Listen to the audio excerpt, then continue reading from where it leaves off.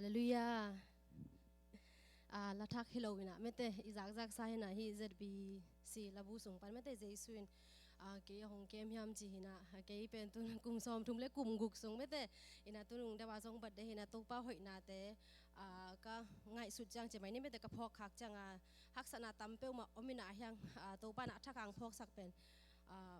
cái mai thái lên ngալ hizolo na mete to pai na ong zo pi ji te mete ta chang a jong khat ve chang e pen lung sima ipula ngam lo te zo amena hi la sung om dan ma mete ko ma thei lowa ida na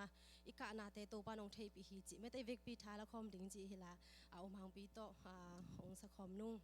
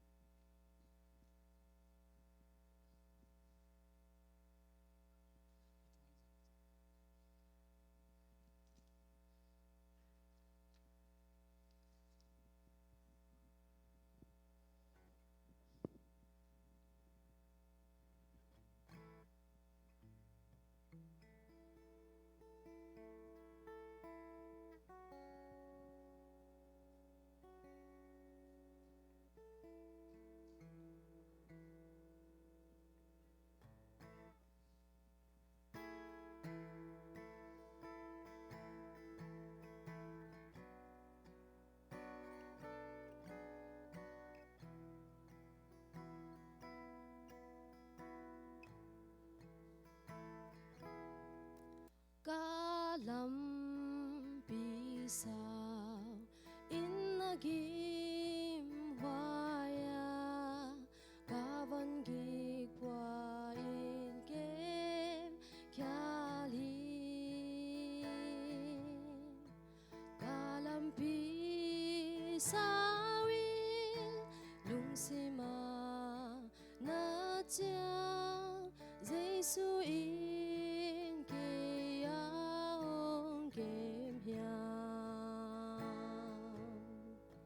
sun qua và kia ông miao chang in cây kia ngà hồng na ôm ya cả lâm pi mia li la ya tâm cha Giêsu in